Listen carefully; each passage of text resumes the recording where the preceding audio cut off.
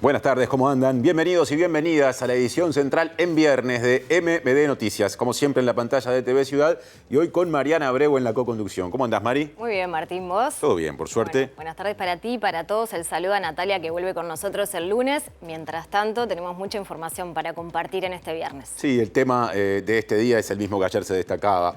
Ocurre que la oposición mantuvo sus críticas hacia el presidente de ACE, Álvaro Danza, luego de que renunciara a sus trabajos en la actividad privada y que la JUTEP, Junta de Transparencia y Ética Pública, planteara que no existe incompatibilidad entre el desempeño de su cargo y esas y otras actividades laborales. Atención, los partidos Nacional, Colorado e Independiente pedirán una reunión con carácter urgente al presidente Yamandu Orsi por lo que definen como una situación de gravedad institucional. Sí, atribuyen este escenario al informe de la JUTEP, por el cual además también decidieron interpelar al ministro de Educación y Cultura, José Carlos Maía.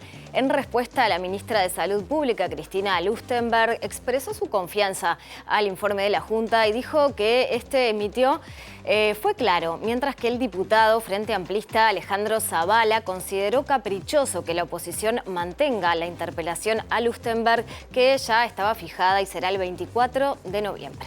Hicimos un adelanto de un tema que se destaca, pero como siempre iremos por más. Sí, vamos a ver los titulares.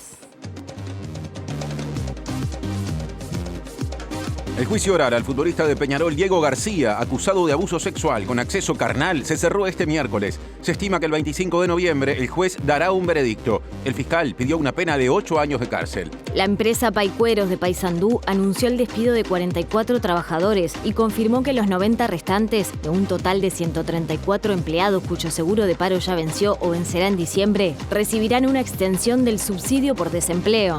El presidente de Antel, Alejandro Paz, dijo que conformar un consorcio con la empresa Team Sports Media, representante de Disney en Uruguay, para competir por los derechos de transmisión por streaming del fútbol local, constituye un ganar-ganar en términos de estrategia empresarial y comercial. A los 88 años falleció el comunicador Cacho de la Cruz, creador de los programas El Show del Mediodía y Cacho Bochinche en el Canal 12.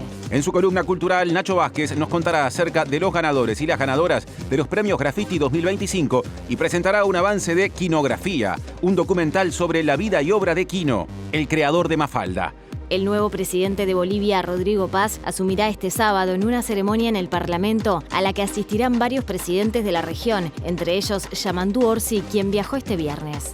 La Fiscalía de Perú pidió prisión preventiva para la ex primera ministra del gobierno del expresidente peruano Pedro Castillo, que está asilada en la Embajada de México. El presidente de Colombia, Gustavo Petro, se solidarizó con su par mexicana, Claudia Sheinbaum, declarada persona no grata por el Congreso peruano. Gracias por estar. Recuerden que además de vernos por la pantalla de TV Ciudad, también lo pueden hacer a través de sus dispositivos móviles, por nuestro canal de YouTube y también por tvciudad.uy. Ahora salimos del estudio, Martín. Sí, porque es momento de pedir adelantos desde exteriores, desde nuestros móviles. Es tiempo de movilización a nivel de sindicatos educativos. Nos cuenta a propósito Diego Martini. ¿Cómo te va, Diego? ¿Qué tal, compañeros? Buenas tardes para todas y todos. Así es, Garúa, llueve finito en la ciudad de Montevideo y así se está desarrollando el sindicato ADEMU en esta asamblea por la situación violenta que se vivió en la escuela 123. Se está desarrollando con más de 700 afiliados presentes, entre quienes están acá y quienes están afiliados unidos vía Zoom, así que ampliaremos unos minutos. Y desde Aires Puros nos vamos hacia Goes. Allí está Martín Duarte para profundizar en un asunto mencionado en titulares. ¿Cómo andás, Martín? Martín, ¿cómo estás, Mariana? Bueno, sí, una jornada triste para la televisión uruguaya en torno al fallecimiento de Arturo Cacho de la Cruz a los 88 años. Ya venía afectado hace algunos días. En particular, bueno, este argentino que a eso de los 20 años vino a realizar algunos papeles en Carnaval y que por una inundación del año 1959 se quedó a vivir aquí en nuestro país y bueno, se transformó en uno de los íconos de la televisión, como repasamos en titulares con muchos programas que hasta el día de hoy y por generaciones fueron marcando a los uruguayos. Vamos a estar repasando una reseña a propósito de la vida de Cacho de la Cruz, también con el autor de su biografía, Joaquín Doldán, y a nivel de detalles el velatorio va a ser en la jornada de mañana en la empresa Martinelli, allí en Barrio Zamorín y Canelones, de 10 a 13 horas. Vamos con otro adelanto vinculado a lo que compartía recién Diego Martini, porque el presidente del CODICEN de la ANEP, Pablo Casciani, anunció una serie de medidas para reforzar la seguridad en torno a los centros educativos en general y a la Escuela 123 en particular, problemática que motivó reclamos y movilizaciones de los sindicatos de la educación. Frente a la gravedad del hecho vivido el día miércoles, entendemos que esto que se está sucediendo se enmarca en un deterioro de desprotección a la escuela pública en general, a las condiciones laborales de las maestras y los maestros y a la situación que viven las infancias en territorio. Un conjunto de temas que se vienen trabajando al principio de la administración y que en este caso nosotros vamos a reforzar las condiciones para que haya garantías de que los gurises pueden ir a la escuela, de que los docentes pueden trabajar tranquilos, de que las familias pueden confiar en que esto va a retomar determinado cauce de funcionamiento normal. Ahora desarrollo informativo. Empezamos por un tema que no hemos mencionado aún, porque la Secretaría de Género del Club Atlético Peñarol, atención, solicitó el martes al Consejo Directivo del club que separe del plantel al jugador Diego García, quien se encuentra en un proceso judicial en Argentina acusado de abuso sexual. Sí, el Consejo no hizo lugar al pedido, pero se comprometió a rescindir el contrato en caso de que el fallo previsto para el próximo 25 de noviembre confirme una sentencia.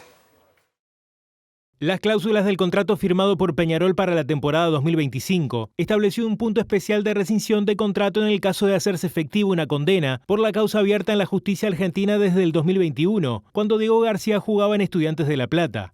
La Fiscalía Argentina solicitó en el juicio que comenzó el pasado 28 de octubre una pena de prisión de 8 años de cárcel por este caso. Ante esta situación, la Comisión de Género de Peñarol solicitó a través de una carta que se considere la inmediata aplicación de las cláusulas contractuales correspondientes.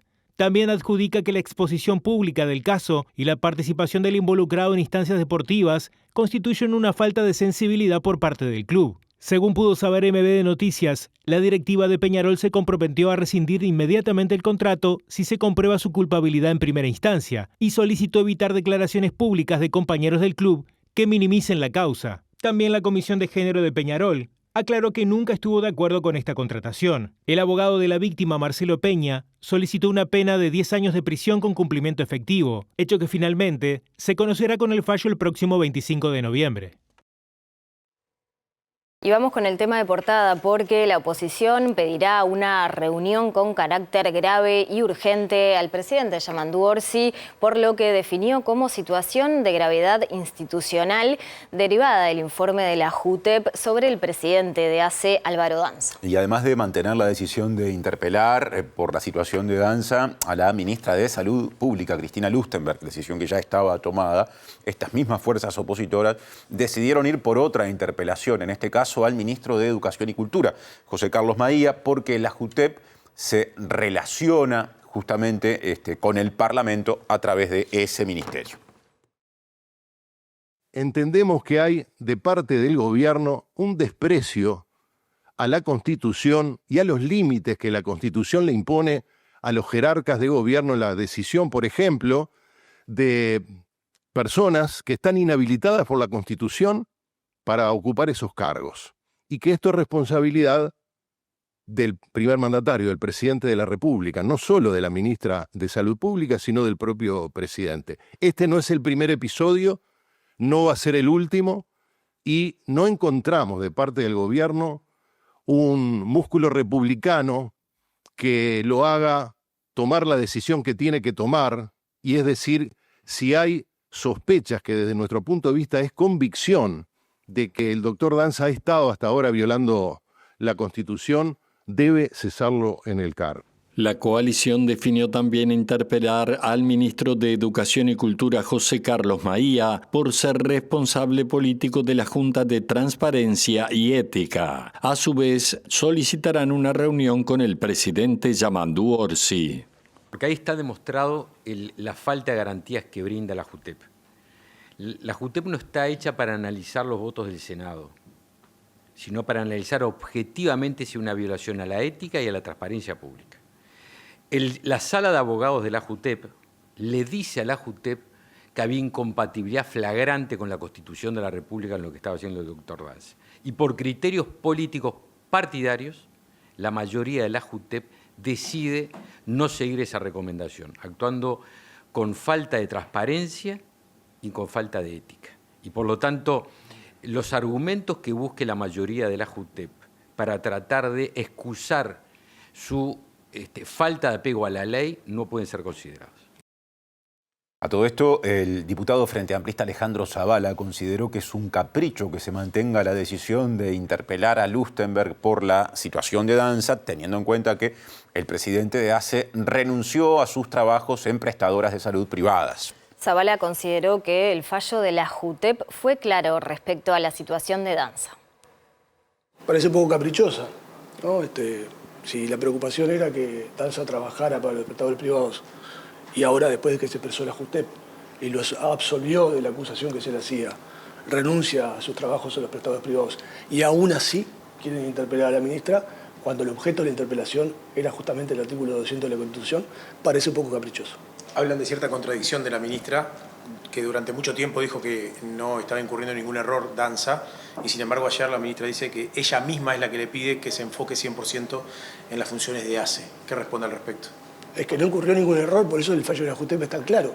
Lo que estamos haciendo es tratando de desbrozar el camino para que lo que se discuta sobre ACE sea la gestión y no si el presidente tiene más de un trabajo. O sea que no hay contradicción. No, para nada. Lo que estamos tratando de hacer es justamente que se deje de hablar de este tema y se hable sobre la gestión de ACE. Y la ministra de Salud Pública, Cristina Lustenberg, reiteró el respaldo a la resolución de la JUTEP sobre la situación del presidente de ACE, Álvaro Danza. De todos modos, dijo que está a disposición del Parlamento para concurrir cuando se la convoque y que la oposición tiene todo derecho de cuestionar, en este caso, un dictamen de la JUTEP. Ayer en mi discurso, en mis palabras, fui muy clara que la oposición tiene todo el derecho a tener estas inquietudes, a ir por las vías institucionales. Nosotros vamos a concurrir todas las veces que el Parlamento nos convoque en cualquier instancia. Es nuestra responsabilidad como ministra de Estado, con la independencia de poderes. Yo soy legisladora electa en funciones ahora en el Poder Ejecutivo como ministra. Yo creo que la presidenta de la JUTEP fue muy clara desde ese lugar, entonces no voy a hacer más aclaraciones, porque si no, nosotros confiamos, si no confiamos en la JUTEP, organismo que tenemos que fortalecer, que ve la ética, los elementos de corrupción, y fue clara, con una discusión muy precisa de por qué se expidió de esta forma. Creo que para nosotros ya es contundente con los informes jurídicos que ya teníamos. ¿Cómo se toma que el legislador Sotelo, que sería el miembro interpelante, diga que está evaluando denunciar a la JUTEP ante la OEA? Bueno, la verdad que no voy a emitir más consideraciones de eso. Cualquier parlamentario está en su potestad de seguir las líneas que crea conveniente ante cualquier situación que le llame la atención. Yo lo que creo es lo que dije ayer, tenemos la confianza total en la conducta del doctor Danza.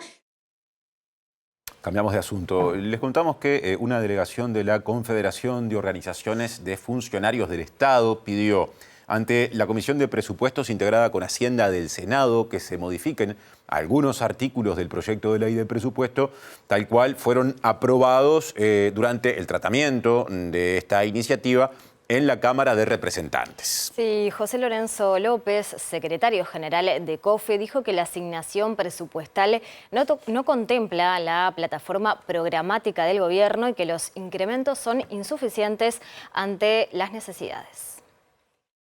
Nosotros hicimos una serie de planteos de algunos artículos que nos parece que no son, o entendemos que no son de recibo, fundamentalmente porque tienen que ver con los procesos internos en los organismos públicos para el desarrollo de los funcionarios, como es carrera administrativa, como es evaluación del desempeño, como son las reestructuras. Nosotros entendemos que, así como está previsto, no debería continuar esto. Lo hemos hablado con la Oficina Nacional de Servicio Civil. La tranquilidad cierta que tenemos es que el director de Servicio Civil ha dicho públicamente, lo ha dicho en el Parlamento y nos lo ha dicho a nosotros, que no se va a avanzar en ningún proceso sin que haya negociación colectiva, pero hay algunos artículos que si se votan acá en el presupuesto, de alguna manera blindan esas cuestiones que lo llamativo de esto es que el Frente Amplio, cuando era oposición, votó en contra en el periodo pasado de esos artículos que hoy fijan la carrera administrativa, la reestructura y la evaluación del desempeño. Por lo tanto, en eso hicimos hincapié, hablamos también de la precariedad laboral que hay en el Estado, hicimos varios planteos referentes a la situación de los contratos precarios.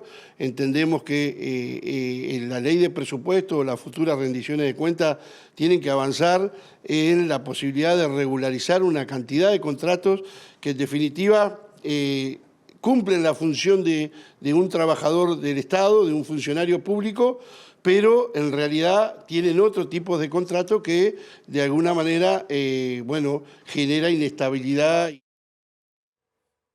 La empresa Paicueros de Paysandú anunció el despido de 44 personas y confirmó que las 90 restantes de un total de 134, cuyo seguro de paro ya venció o vencerá en diciembre, recibirán una extensión del subsidio por desempleo. El sindicato de Paicueros a todo esto pidió con carácter urgente una reunión tripartita al Ministerio de Trabajo y Seguridad Social, y toda esta situación va a ser abordada por la mesa representativa del PIT-CNT el próximo martes, cuando precisamente se traslade hasta Paysandú. Terminó comunicándonos la empresa verbalmente y bueno, después con papeles a los compañeros, vía escrita, de que iba a despedir 44 compañeros y a todo el restante que está en el seguro paro y a los que se les venció, iría a pedir una prórroga de seguro paro. También estamos en la incertidumbre porque, como saben ustedes, tuvimos un conflicto ahí que también que parte con el Ministerio cuando fueron rechazadas por cómo se pidió por parte de la empresa los seguros paro, a ver si también ahora el Ministerio las otorga o no. Estamos en esa situación y bueno, lo que sí quedó claro, que ayer la empresa despidió ya oficialmente 44 compañeros, ¿no? Hoy ya pedimos una otra tripartita para ver esta situación porque de la última reunión ahora cambió mucho, rotundamente cambió, bueno, y también ahora, también decir en claro de que si nosotros tuvimos un conflicto al principio de año, cuando habían despedido 50, en ese momento se levantó y pasaron al seguro paro los compañeros. De estos 44, los que no se habían ido por diferentes motivos, que se había llegado a la edad de jubilación o otros que habían arreglado el retiro con la empresa, repiten todo y se le agregan 20 más. También dejar en claro de que empezó esto desde septiembre del 2024 hasta el día de hoy, se han ido 126 compañeros, ¿no? Son cifras que se entreveran bastante, pero que estamos hablando de que se está perdiendo mucha mano de obra, bueno, y no vemos una mano importante que tendría que jugar el Ministerio de Trabajo o el sector político acá en el departamento, porque es una empresa que invierte y apuesta mucho a quedarse en el departamento, muchos miles de dólares y millones de dólares invierte, y bueno, nosotros hace años que venimos denunciando que se hacen cada vez menos procesos, y eso significa que estamos quedando con menos empleo en Paicuero. Acá nosotros lo que vemos es que directamente la empresa ataca a ciertos nombres, a ciertos trabajadores y no hay otra lectura, ¿no? Entonces digo, es un ataque directamente a la herramienta sindical, porque también hay que decir que de los 44 que despidió, 39, 40 son afiliados, entonces es directamente un ataque sindical. Presenta Mercado Agrícola de Montevideo, en el corazón de un barrio donde late la ciudad. Mercado de Historias. Mercado de Historia.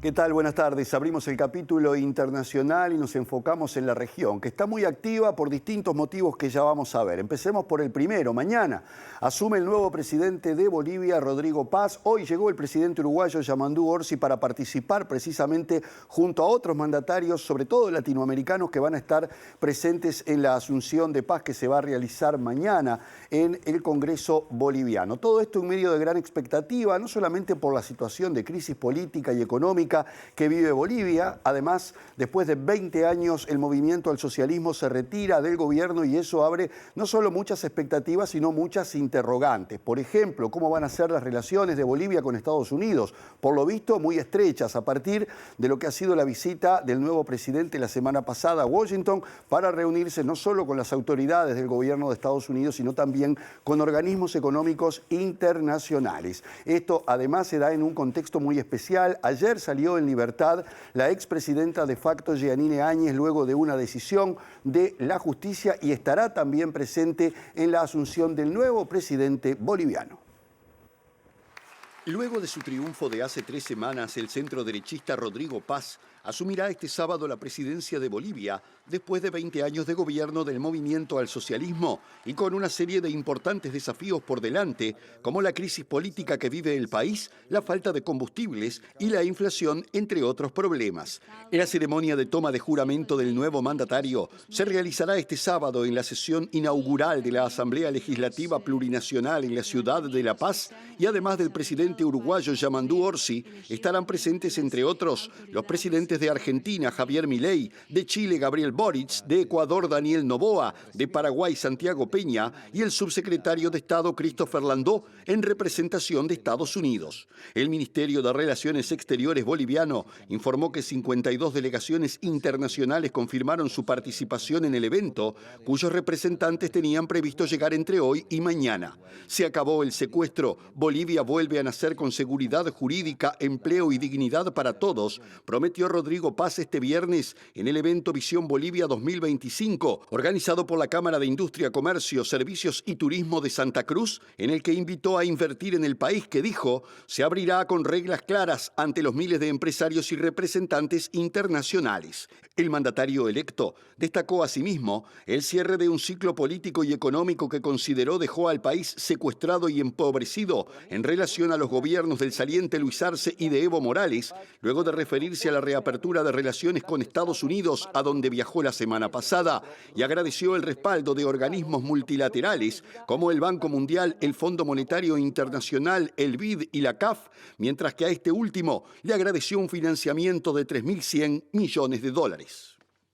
Y ahora nos vamos a Perú, pero también en relación con México, porque la ex jefa del gabinete del gobierno de Pedro Castillo, Betsy Chávez, está en la Embajada de México asilada, pero la Fiscalía pidió su prisión preventiva por incumplir las normas de concurrencia que debía hacer frente a la justicia de su país y que no hizo para asilarse justamente en la Embajada. Está a la espera de que el nuevo presidente interino, José Gerí, decida si le da o no el salvoconducto para irse a México. Todo esto ha generado una ruptura de relaciones, como se sabe, entre Perú y México, incluso la declaración de persona non grata por parte del Congreso peruano hacia la presidenta Claudia Sheinbaum, quien hoy recibió el apoyo del presidente Petro, quien dijo que Perú se está aislando a nivel latinoamericano y además se solidarizó con la mandataria mexicana en el entendido de que él también es una persona no grata en Perú.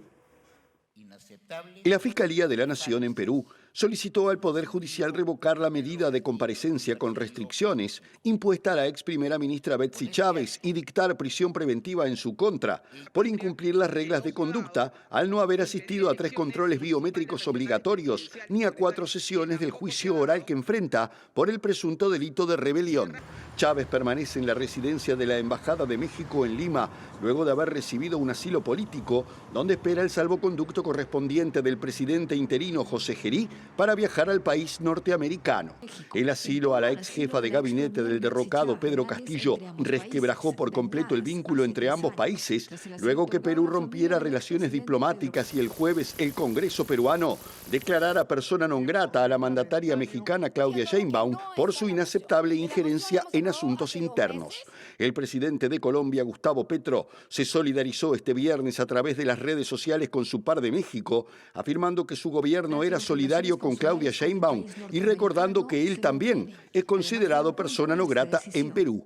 Según el mandatario colombiano, la política que dirige hoy a Perú debe abrir un gran diálogo interno en vez de aislarse del contexto latinoamericano, en alusión a la gestión del recién investido José Gerí, quien decidió romper las relaciones diplomáticas con México. Presentó Mercado Agrícola de Montevideo, en el corazón de un barrio donde late la ciudad. Mercado de Historias. Mercado de Historia. Hoy falleció Cacho de la Cruz, figura muy importante en la cultura popular uruguaya. Nos cuenta más Martín Duarte, que está con invitado. Martín, te vemos y escuchamos. Gracias, Mariana. Bueno, una jornada de mucha emoción para los uruguayos que lo conocimos a través, muchos de la televisión, otros tuvieron la suerte de conocerlo personalmente.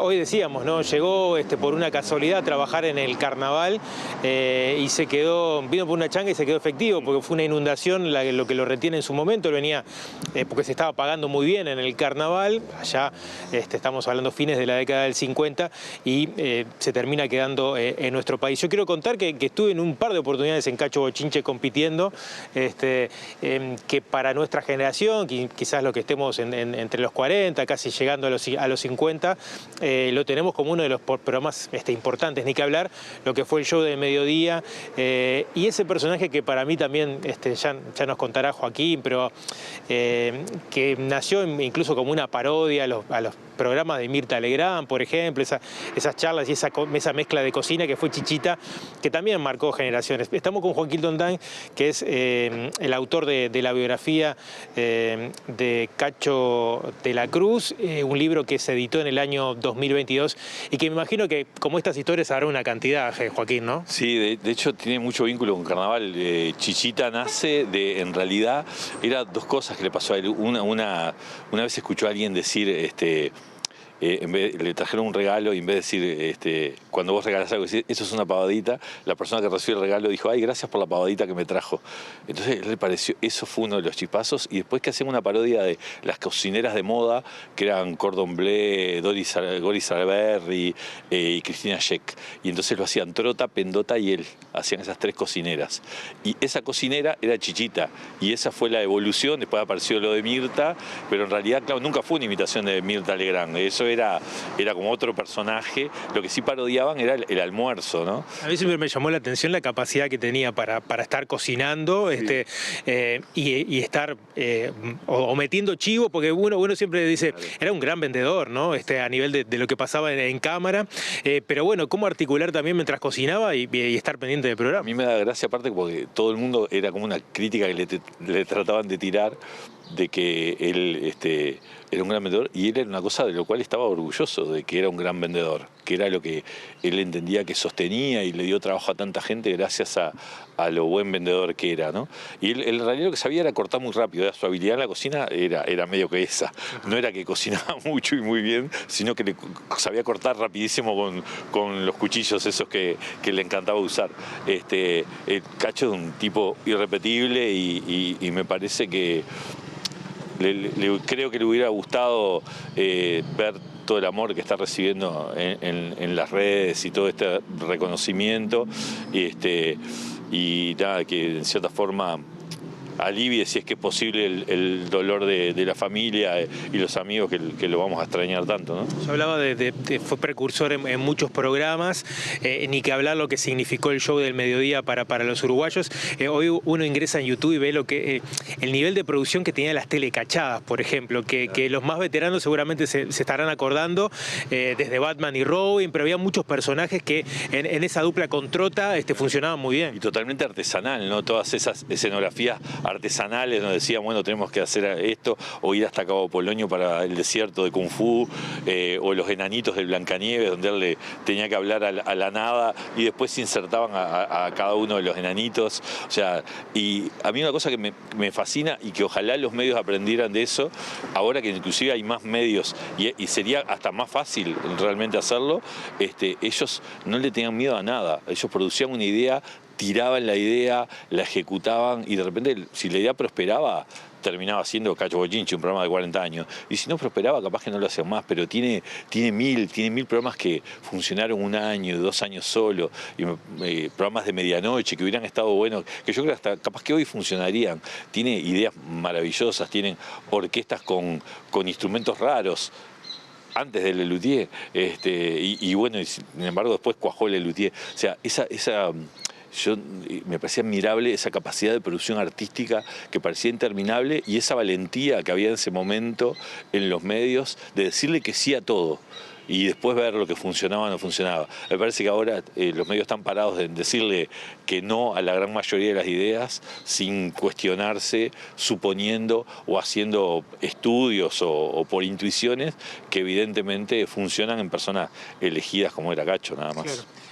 No era tan común, más allá de que hay algunas propuestas que capaz que nacen a espejo de lo que pasaba en la televisión argentina, pero hablamos del fenómeno que quizás desde nuestra generación llamó más la atención, que fue Cacho Bochinche, ¿no? Cómo se mantuvo en el tiempo, incluso teniendo en cuenta por ahí los otros productos que iban surgiendo en nuestro país y en el exterior vinculado a los niños, ¿no? Yo recuerdo en su momento con Horacio Gabriela, con Pilán, y en el exterior que venían otros programas como Yuya, que empezó a venir de Brasil. Sí, canciones para no dormir la siesta, o sea, hubo muchas cosas buenísimas hechas para los niños. Sin embargo, Cacho, y yo creo que la explicación estaba en algo muy sencillo. Primero, Cacho tenía un gran magnetismo con los niños. Cacho, yo lo sé por mi hijo pasamos por cerca de la casa y decía, quiero ir a visitar a Cacho. Y íbamos a visitar a Cacho y Cacho le preparaba un lugar para pintar con acuarelas y le hablaba de igual a igual a los niños. No le hablaba como un niño, pero no lo infantilizaba. Le decía, no, mirá, esto no es así. Le enseñaba juegos y le enseñaba a respetar las reglas de los juegos. Todas esas cosas. Y no es un tipo que tenía formación didáctica. Entonces muchas veces cuando se critica o se ve con ojos actuales a Cacho Bochinche por lo de las publicidades o por los juegos competitivos o todo eso que hacía, yo creo que a veces se olvida de eso, dos cosas esenciales que tenía Cacho Bochinche, que era primero el magnetismo del tipo, la capacidad del tipo para que los niños lo quisiéramos. Yo me atrevo a incluir porque yo fui niño que miré a Cacho Bochinche. Y después la facilidad para crear juegos simplemente divertidos, en que competías y bueno, capaz que si te iba mal te ibas a tomar Fanta con pelucita, que tampoco estaba mal como premio. Y dejó muchas frases, ¿no? El decir cosas feas, es asunto grave, ¿no? ¿Cómo nace Ultratón? Porque hubo varios ultratones a lo largo de la historia, pero a mí que me fascina y seguramente a muchos televidentes, bueno, encontrar los efectos especiales de aquella época que eran muy primitivos, ¿no? Pero bueno, se le encontraba toda la vuelta para generar esa magia, ¿no? Sí, Ultratón es espectacular porque la voz que lo anunciaba desde la inmensidad del espacio llega para el niño de Ultratón, era en un aljibe de Canal 12 con una lona arriba con un micrófono, adentro de un aljibe lo grabaron. Imagínate lo que estamos hablando, Ultratón en un tanque de agua de 200 litros, los brazos eran de aire acondicionado que lo trajo de Buenos Aires, que él contaba que era muy gracioso, que cuando los pasó el de la aduana, le digo, ¿no? ¿Y esto qué es? Y él dijo, mira, si yo te digo para qué son, no me vas a creer. Digo, dame una semana, yo la semana que viene vengo y me vas a ver porque vuelvo a usar y ya vas a entender para qué es. Claro, y cuando vio Ultratón en la tele, el tipo de la aduana entendió todo, ¿no? Ultratón nace con la idea de como el cuco, el hombre de la bolsa. Entonces digo, ¿cómo represento un cuco? ¿Cómo represento al hombre de la bolsa? Y justo ahí el hombre había llegado a la luna, estaba en la era espacial. Digo, entonces el tipo en un movimiento brillante a todos esos dos conceptos, una cosa de ciencia ficción, y dijo, bueno, que sea una especie de cuco, pero que sea un robot. Y empezó a ser una cosa que era fascinante, que yo me recuerdo a mí, abajo de la mesa, muerto de miedo, pensando que Ultratón me iba a quemar en alguno. Aparte mis hermanas me decían, mirá que este sábado sí va a contar lo que hiciste. Era maravilloso y todo lo que pasó después y todo lo que generó después Ultratón en la memoria colectiva. Me parece que es fascinante lo que te decía hoy, es digno de admiración, la verdad. Bueno, para cerrar, a propósito del proceso de escritura, me llamó la atención, buscando algo de información, que le preguntaban al propio Cacho, ¿no? Si había leído todo esto es una mentira, y él decía que había leído fragmentos, pero que no llegó a leer la totalidad porque bromeaba, ¿no? Él se conoce la vida de memoria, pero cuántas cosas que hay para contar. Me imagino que te quedaste corto y porque cada puerta que abrías era... Pero yo me re enojaba con él con eso, porque yo decía, vos no digas que no lo leíste, porque me pegaba a mí, al santo botón. Digo, porque yo le iba escribiendo y se lo iba leyendo por fragmentos. Inclusive yo tengo ahí un recuerdo súper lindo con Beatriz Turletti, que seguramente esté viva y esté muy triste hoy, que una compañera del liceo, que le mando un abrazo si nos escucha, que yo le leí un fragmento donde la nombraba y contaba una anécdota a través de una videollamada y terminaron ahí los dos llorando. O sea, él hubo un montón de cosas que yo no puse en el libro, algunas porque él me pidió que no las contara y no aportaban nada y querían ver con cosas personales por ahí que no venían a cuento. Y después hubo cosas que él me contó que yo dije, yo esto no lo puedo poner, yo tengo un hijo chico, me va a venir a buscar, voy a aparecer en una zanja, porque él tiene historias con políticos y con gente muy poderosa y muy influyente, pero yo le decía, vos sí, pero a mí no me conoce nadie. Entonces fue un proceso divino el libro por varias cosas, porque salió el libro. A mí Maxi, cuando hablamos de esto en la previa de la escritura, me dijo, ojalá sea el libro que él se merece, y yo hice todo el esfuerzo para que fuera así, que estuviera nominado a los Bartolomé Hidalgo. En cierta forma fue ese reconocimiento literario, estuvo bueno, por un libro capaz que más apuntado a lo mediático, que alguien diga, además está bien escrito, me pareció muy reconfortante. Me encantó después del libro haber hecho un ciclo de la radio con él, haber hecho eventos en el teatro, y fundamentalmente que no pasa siempre que me haya regalado un amigo, que me parece que es lo que más tengo presente de Cacho, que era un amigo de esos que siempre te arrancaba una sonrisa, que siempre te decía una frase justa, y que cuando le pedías algún consejo te decía algo muy preciso y muy generoso, ¿no? Yo conozco cosas que hacía Cacho, como ir a casa de la viuda de un amigo a arrimarle plata o a darle una mano económica, y ser testigo de esa generosidad.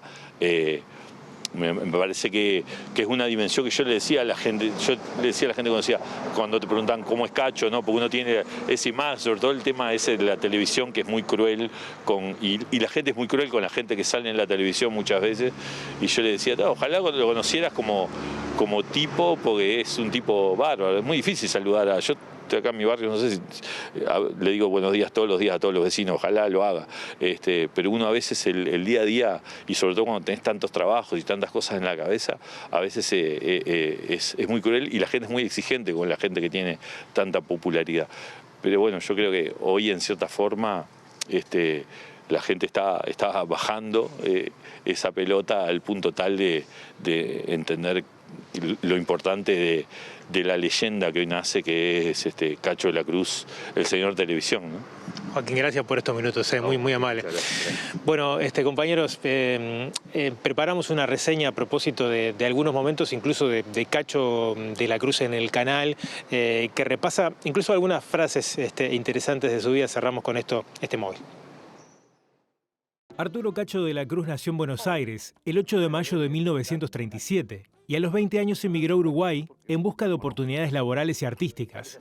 Desde 1962 se vinculó al recordado programa El Show del Mediodía y en 1973 comenzó el programa para niños Cacho Bochinche, siendo uno de los programas televisivos que mayor tiempo perduró en la televisión, por casi 40 años. ¿Te gustaría conducir otro programa, pero con otro punto de vista? No sé si tengo la capacidad, porque yo dentro del entretenimiento me siento bien.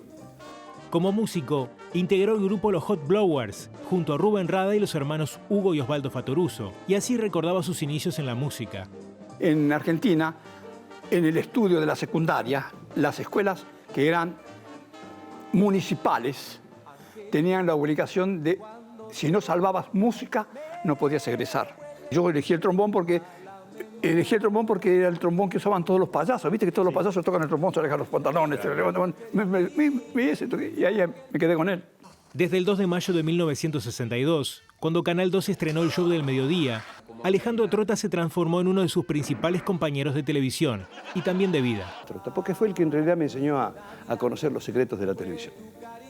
Un capo de verdad. Una vez me dijo una frase que yo, en boca de él, en nombre de él, se lo puedo decir a todos los que estén trabajando en televisión. Cuando tú no sientas una cámara prendida a tus espaldas, no sabes hacer televisión.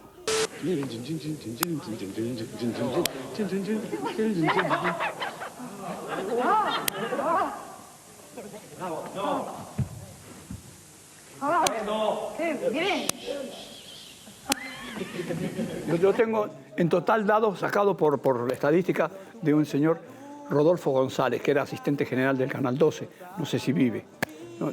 Que trabajaba en un banco y a la misma vez era asistente del Show del Mediodía. Y él me lleva, hiciste tantos programas, En total, él me calculó que hice 11.028 programas.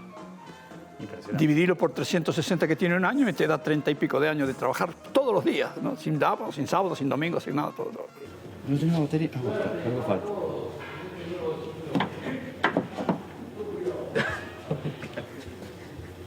No tenemos maní.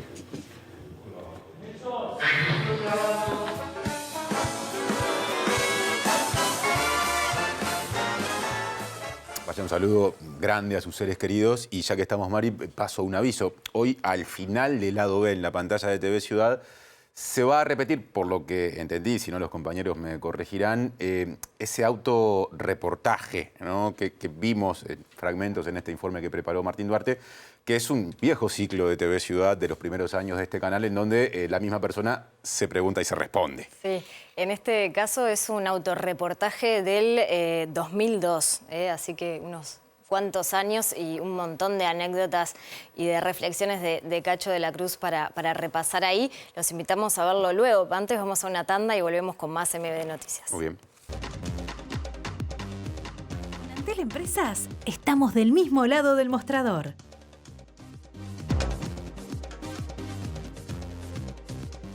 Segundo bloque de la edición central de MBD Noticias, como siempre en la pantalla de TV Ciudad. Música y cine vienen hoy en la columna cultural, habitualmente presente en nuestros viernes, y vienen con Nacho Vázquez, que ya está en los estudios de MBD Noticias. ¿Cómo andás, Nacho? ¿Cómo andás, Tincho? ¿Todo bien? Todo bien.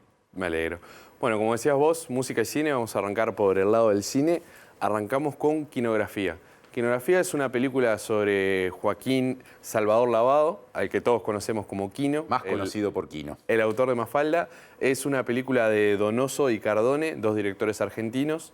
La estamos trayendo porque el jueves de esta semana estrenó en Cinemateca y en la cadena Life, en Life Alfabeta y en el Cultural Alfabeta. ¿Qué tiene de particular Quinografía? Quinografía es una película que el disparador es haber hallado una entrevista inédita de Quino. En base a eso comienzan a recrear toda su biografía, desde su infancia en Mendoza, él es mendocino, hasta su muerte en 2022. El documental es un clásico documental al uso, vamos a tener entrevistas y material de archivo. El material de archivo es muy bueno y en este caso en particular, al ser Quino historietista, vale la pena solamente por poder ver los fragmentos de las viñetas, por poder ver otras ilustraciones que de repente no conocemos tanto, que no tienen que ver con Mafalda, y por poder ver todo eso que trabajaba Quino. Trabajaba mucho el tema del humor mudo, la ironía, el sarcasmo.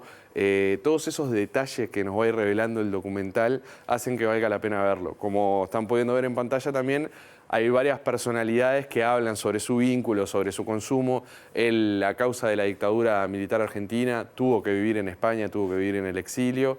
Muy político, muy irónico, muy ácido, así como Mafalda, pero en toda su obra. Sí, claro, se volvió un clásico de la historieta, digamos, en idioma español, por decirlo de alguna manera, de Iberoamérica, si se permite. No solo en idioma español, que eso es algo muy curioso y que se puede ver en el documental, por ejemplo, de que en países asiáticos Mafalda fue un suceso. Claro. Está traducido a millones de idiomas. También traducida. Hay dos anécdotas que quiero adelantar del documental, que me parece que no es entrar en spoiler porque son sobre la vida de Quino mismo.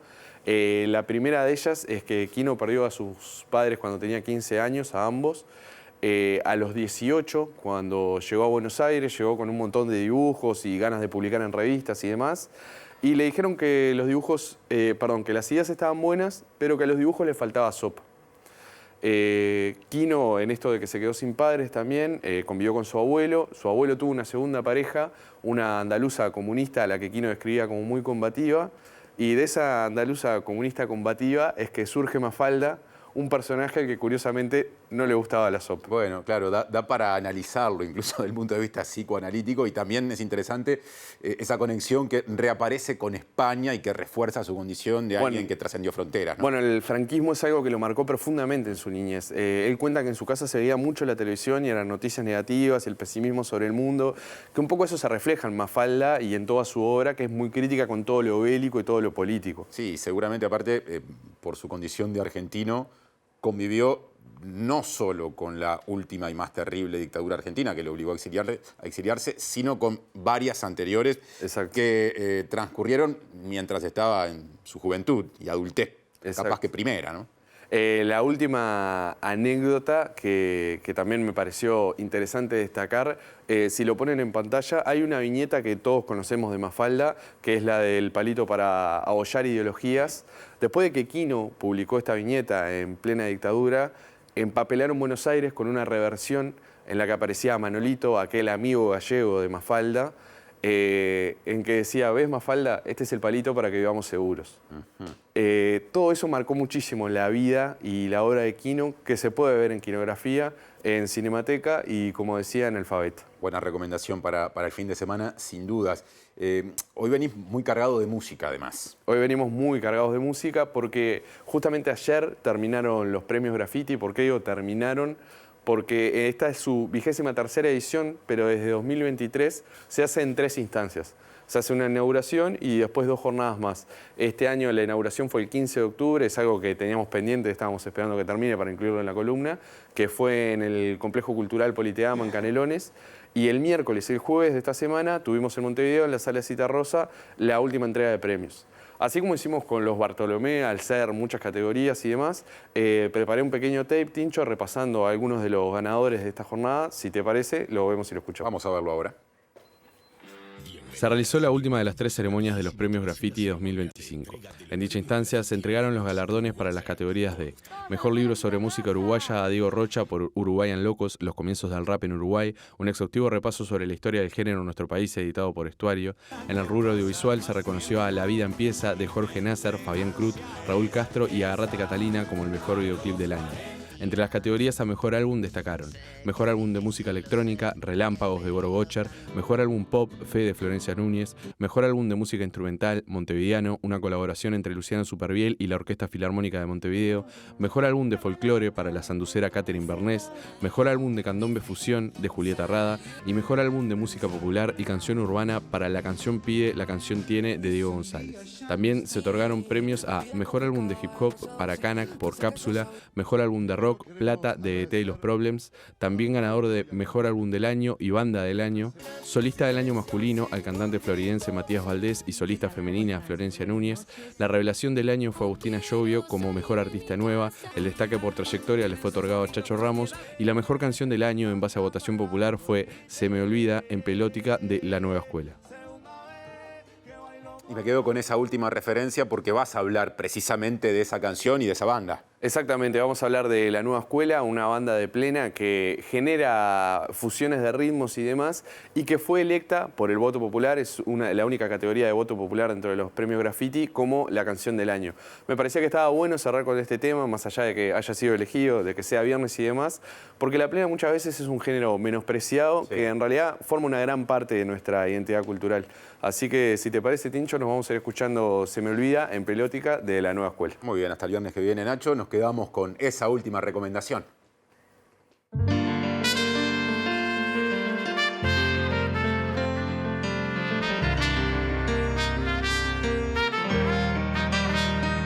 Primera vez que estoy jangueando en la disco triste.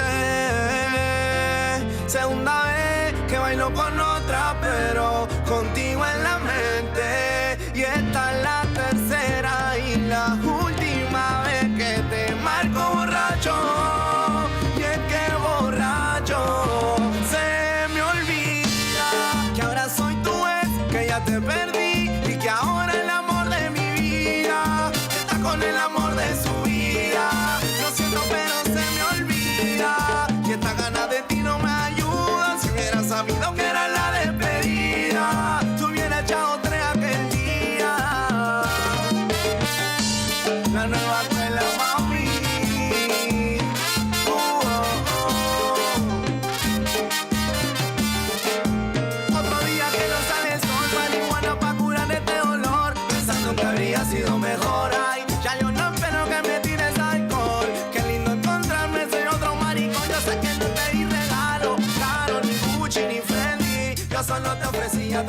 presenta UTE, porque en UTE creemos que todo lo que das vuelve. Por eso creamos el Plan Redondo.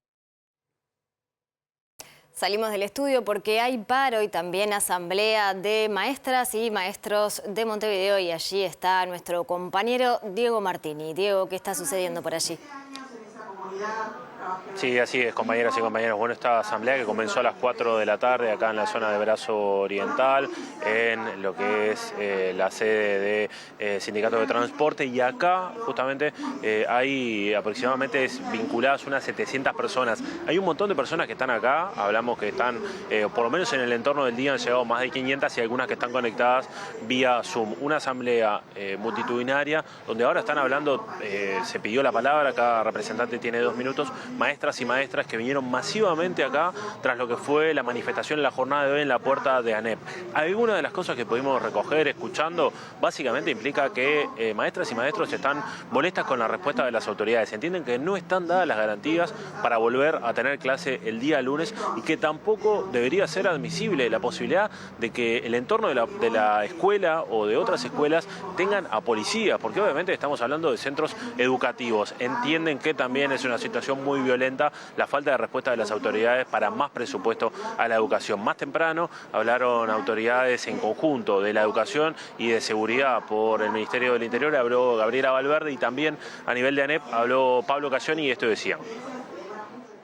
El presidente del CODICEN de la ANEP, Pablo Cayani, enumeró las acciones específicas destinadas a la comunidad educativa de la Escuela 123 y a lograr un retorno a las clases seguro. Un conjunto de cosas que se vienen haciendo vinculados a la mejora de la convivencia, las acciones que se despliegan en territorio, con programas con pelota al medio, policía comunitaria orientada a problemas, y un conjunto de temas que se vienen trabajando al principio de la administración y que en este caso nosotros vamos a reforzar las condiciones para que haya garantías de que los gurises pueden ir a la escuela, de que los docentes pueden trabajar tranquilos, de que las familias pueden confiar en que esto va a retomar determinado cauce de funcionamiento normal.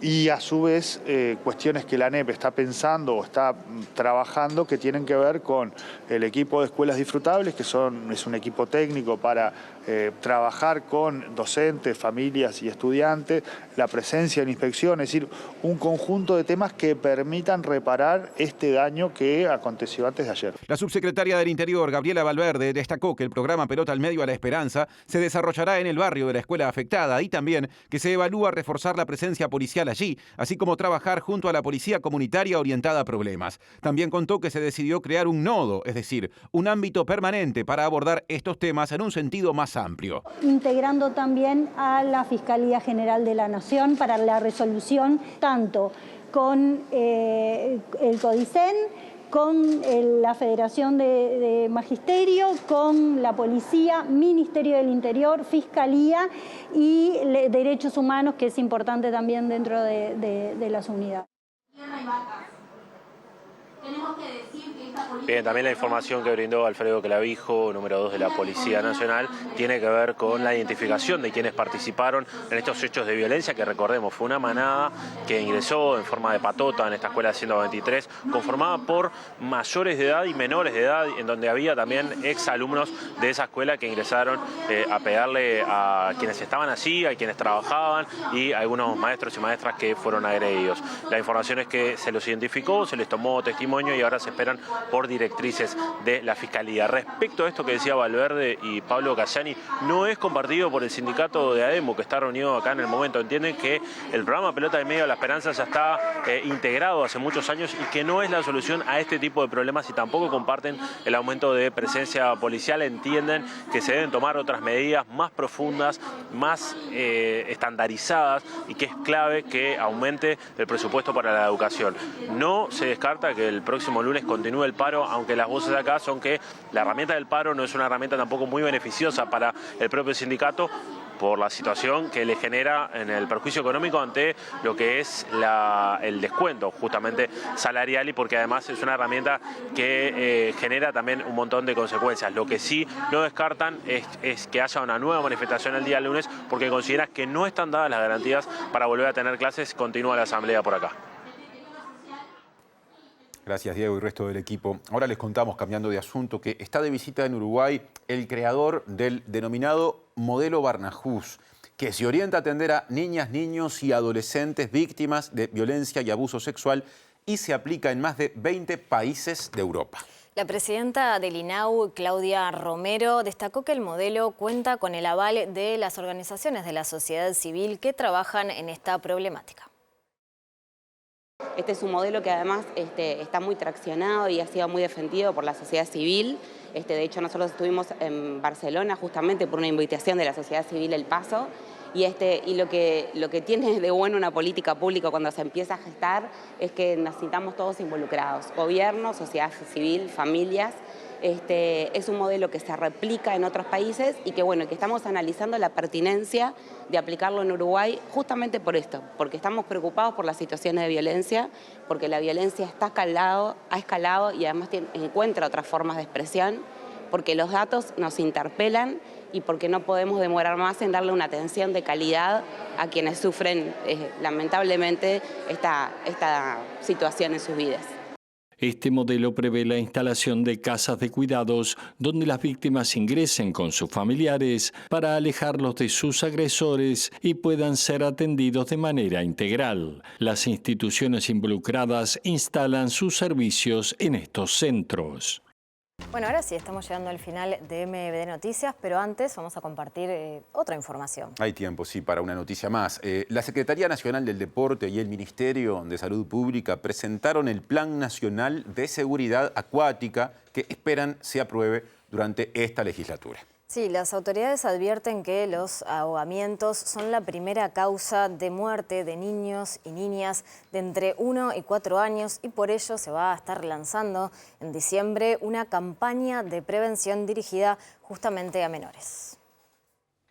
La Mesa Interinstitucional de Seguridad Acuática, integrada por el Ministerio de Salud Pública y la Secretaría Nacional de Deportes, entre otros, impulsa el proyecto de ley que obtuvo media sanción en 2019.